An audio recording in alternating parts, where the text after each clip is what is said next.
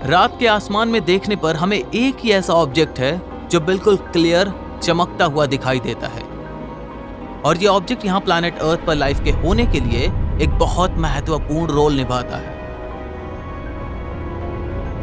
Moon हमारी अर्थ की rotational speed और इसकी एक्सिस को स्टेबल रखता है। बिना इसके अर्थ पर डे नाइट का साइकिल खराब हो जाएगा और इसकी एक्सिस अजीब तरीके से शिफ्ट होने लगेगी, जिससे क्लाइमेट बिल्कुल अजीब ढंग से बदलने लगेगा, जो कि इस प्लैनेट और इस प्लैनेट पर रह रही लाइफ फॉर्म के लिए एक बड़ी प्रॉब्लम है।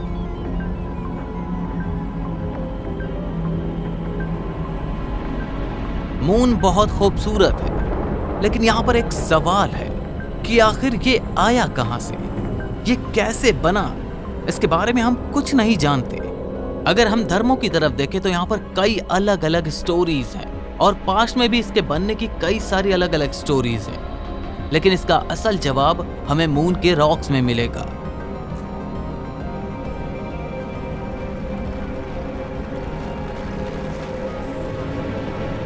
इन रॉक्स के अंदर मून का पूरा पास्ट छुपा हुआ है कि आखिर ये कहां से आया और इसने अर्थ पर लाइफ के लिए क्या रोल निभाया है।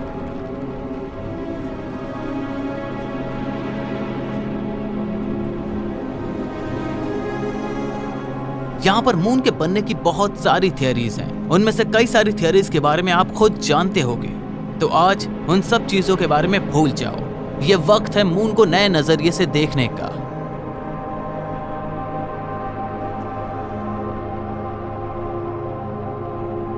पचास साल पहले नासा के अपोलो मिशन द्वारा लाए गए मून रॉक्स मून की एक एपिक हिस्ट्री के बारे में बताते हैं।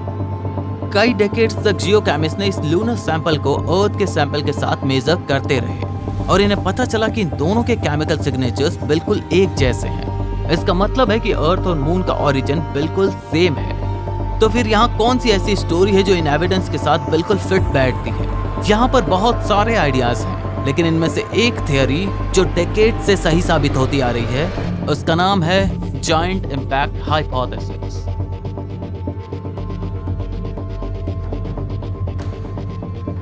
$4.5 बिलियन ईयर्स पहले हमारे सोलर सिस्टम में बहुत उथल-पुथल मची हुई थी।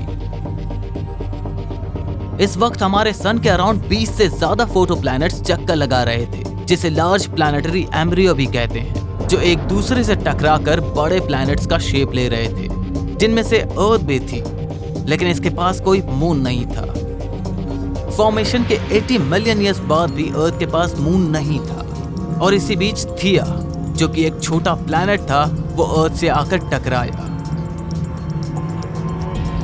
ये इंपैक्ट बहुत ज्यादा स्ट्रॉन्ग था, जिसने अर्थ की आउटर लेयर को पिघले हुए लावे की तरह बना दिया।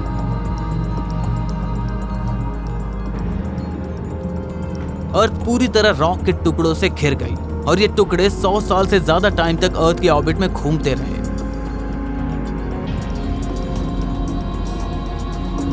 धीरे धीरे ये डेब्रीज एक साथ जुड़ने लगी और एक मोल्टेन मून फॉर्म हुआ।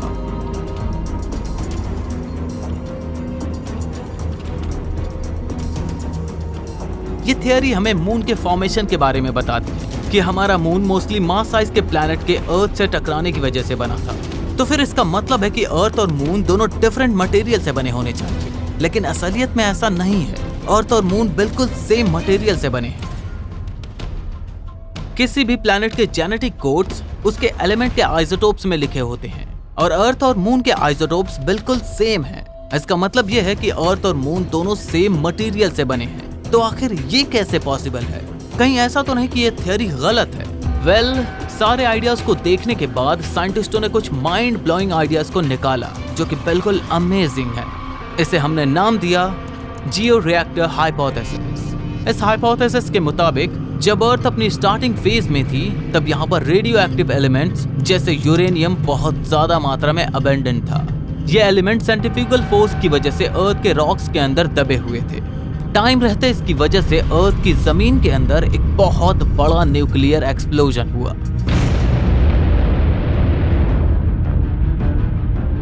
और इस थियरी के मुताबिक धमाके से निकले पार्टिकल्स और मटेरियल्स एक साथ जुड़कर हमारा मून बना, जिसे आज हम जानते हैं। और ये थियरी इस बात को बहुत आसानी से प्रूव करती है कि आखिर अर्थ और मून के आइसोटोप्स एक जैसे कैसे हैं। लेकिन इस थियरी के भी कई सारे डाउन साइड्स हैं। कि क्या वाकई में यूरेनियम इतनी ज्यादा मात्रा में एक जगह इकट्ठा हुआ होगा जो इतना पावरफुल इरप्शन कर सके। इसे समझने के लिए हमें अपने समझने के नजरिए को बदलना होगा।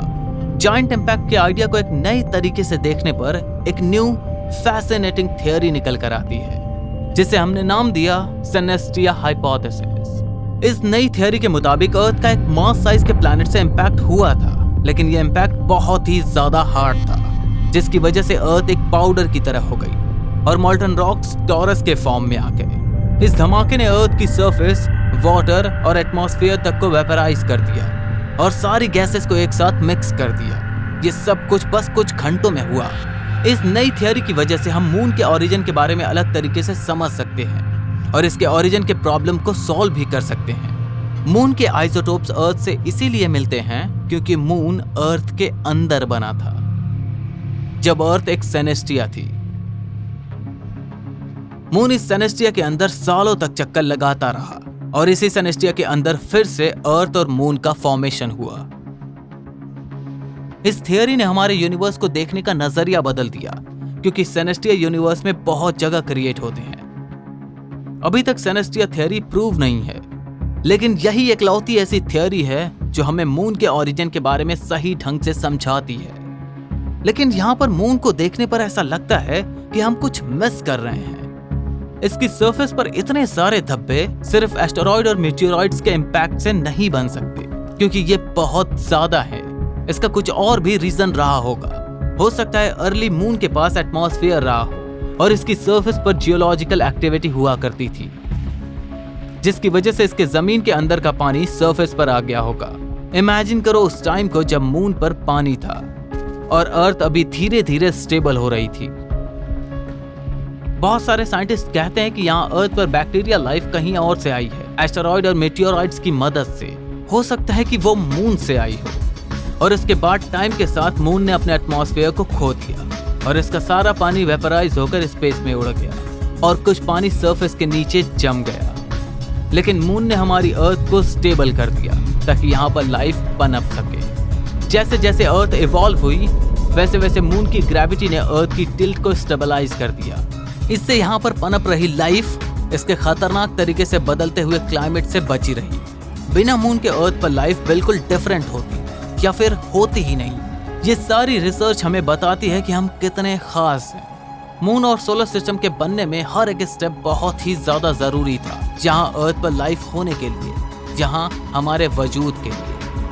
अभी हम मून के बारे में बहुत कुछ जानते हैं, लेकिन इसकी मेन मिस्ट्री अभी भी अनसॉल्व्ड है। अगर इसके बारे में हमें और कुछ जानना है तो हमें वापस मून पर कदम रखना होगा, और हम चाहे वहां जाने में कितना ही टाइम क्यों ना लगाएं, ये हमारा इंतजार करता रहेगा, जैसे हमेशा से करता आया है।